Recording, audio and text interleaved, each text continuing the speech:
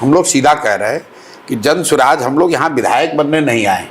हम लोग का लक्ष्य ये नहीं है कि भैया हम विधायक बन जाएं, मंत्री बन जाएं। बिहार को जिन लोगों ने बर्बाद किया है, जिन लोगों ने लूटा है, वो चाहे किसी दल का हो, कोई भी नेता हो, वो मेरा भाई हो, मेरा भतीजा हो, मेरे जात का हो, मेरे विरोध का हो, उससे कोई मतलब नहीं। उसकी सच्चाई जनता के सामने रखी जाएगी। किसी ने कहा, सम्राट चौधरी ने कहा प्रशांत किशोर तो हमारे भाई है, तो कोई आके हमको बोला कि वो तो आपको भाई बोल रहे हैं, अब तो आप नहीं बोलिएगा। किसी ने कहा कि दिलीप जायसवाल के पास इतना पैसा है कि प्रशांत किशोर 2 बार बोलने के बाद अब चुप हो गए।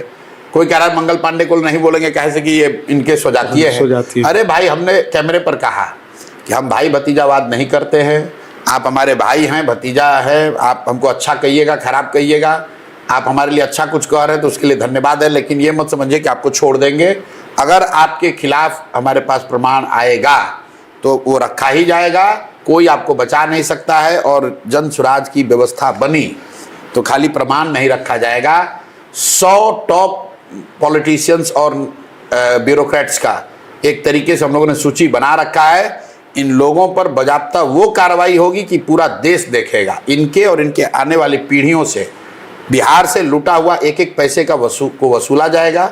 हम लोग को जानकारी है कि यहाँ के अफसर कितना भ्रष्टाचार में लिप्त है।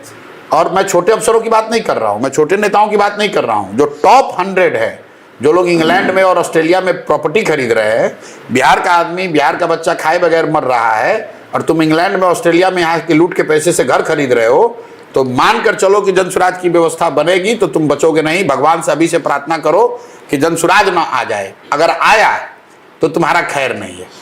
इसलिए ये होगा कि पिछले 20 वर्ष से नीतीश कुमार जिस तरह सरकार चला रहे हैं, उन्होंने एक व्यवस्था बना ली है कि इस तरह के मामलों पर कुछ वो नहीं करते हैं।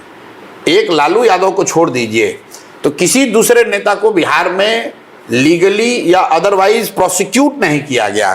करप्शन केस हुआ, लोग भूल गए।